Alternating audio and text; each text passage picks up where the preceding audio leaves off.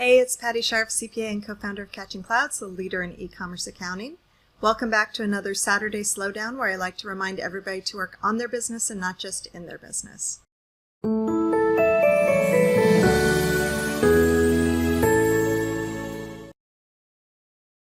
Today, I want to talk about the power of no.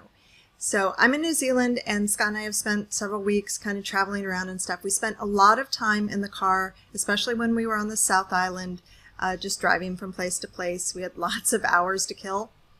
And we decided to listen to a couple of books and podcasts and things like that while we were driving around. One of the books that we listened to while we were in the car is called Essentialism. I did a YouTube video on it about a year ago, so this was the second time I had heard it. Scott had not heard it before, so I was like, hey, let's listen to that because it's really good. And that plus other podcasts, other books, another book we read which was really awesome. It doesn't have to be crazy at work. By all means, go get that book. That's like my favorite one that I've read in the last few months by far. So, but anyway, we kept hearing this theme over and over, whether it was on podcasts or whatever, about essentially the power of saying no. So I want to talk about that today.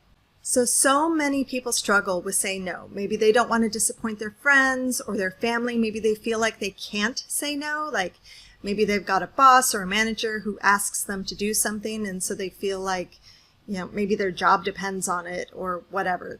And or maybe you are starting up a business and you're just kind of taking on any client that asks just because maybe you're nervous that another opportunity won't come your way, or a bird in the hand is better than two in the bush, or whatever. And so there's a fear that's associated with saying no.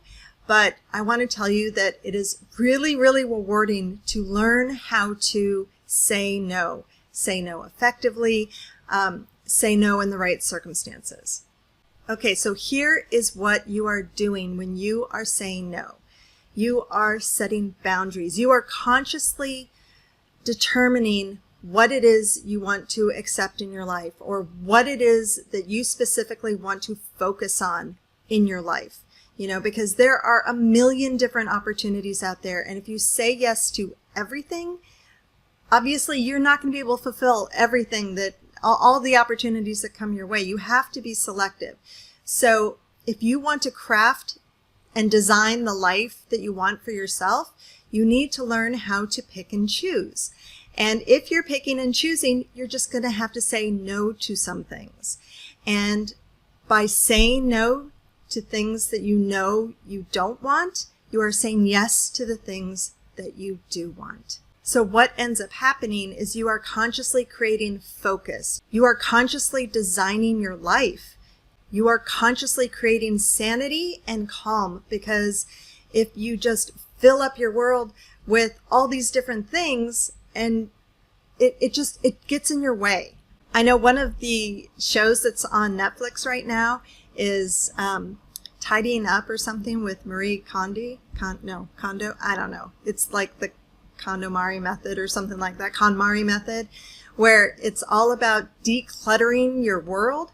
And this is how you do it. You say you don't have to be mean when you're saying no to somebody or an opportunity or a potential client or something like that, but you do have to set your own boundaries and decide what it is that you want for you. And here is a bonus tip. This is for all the employees out there who feel like, kind of uncomfortable telling their bosses no. There's a way to say no without actually saying no. So like if somebody, let's say your plate is full. You've got way more than you can handle already, and your boss comes to you and says, hey, I've got one more project for you. You can tell them, hey, I am working on A, B, C, and D. Which of these would you like me to reprioritize so that I can take on the new project that you're asking me about? And I think that most employers are going to be like, either, I didn't realize that you had so much on your plate, or, thank you for asking me. C can move to E and this one can move to B, or whatever. I think most bosses will be like, man, that is great to have somebody so self-aware and in control and organized, and doesn't want to let me down on these other projects. Like, I think that they will see it from your perspective a little bit more. So I would try that the next time you run into that situation. And here's a little secret for you. The more you practice saying no, the easier it gets to say no. And here's the last thing. Saying no is exactly how and why it works when you're building a niche. So we're very specific. We only work with e-commerce businesses that are in the $1 million to $50 million range. We only work with businesses that are selling a physical widget. We are really clear about the kinds of clients that we work best with, and it helps us create our marketing because we know exactly who we're talking to. And most importantly, it helps us identify who we're not going to be working with, the ones who aren't a good fit for us, the ones who may be great companies, but they're not going to get the best out of us, and we're not going to get the best out of them. So we just save all the frustration of working with the wrong match, and we can provide great service. So we can say no to startups. We say no to bad clients. We say no to people who don't align with our vision. We say no to people who don't want to switch to Xero. We say no to people who want us to provide services that we don't offer. I mean, we're never going to be a tax preparing firm. So if that's the kind of service you're looking for, we're not the best fit for you. And it's because we say no to the ones that don't fit that makes us such a great provider of services to the people who are a good fit. It's kind of like dating, you know.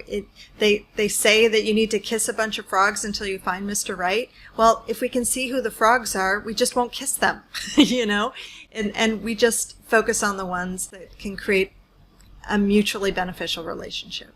That's all. That right there is the power of no. If you have any stories about how saying no led you to some amazing experience, please share them down below. I'd like to read them.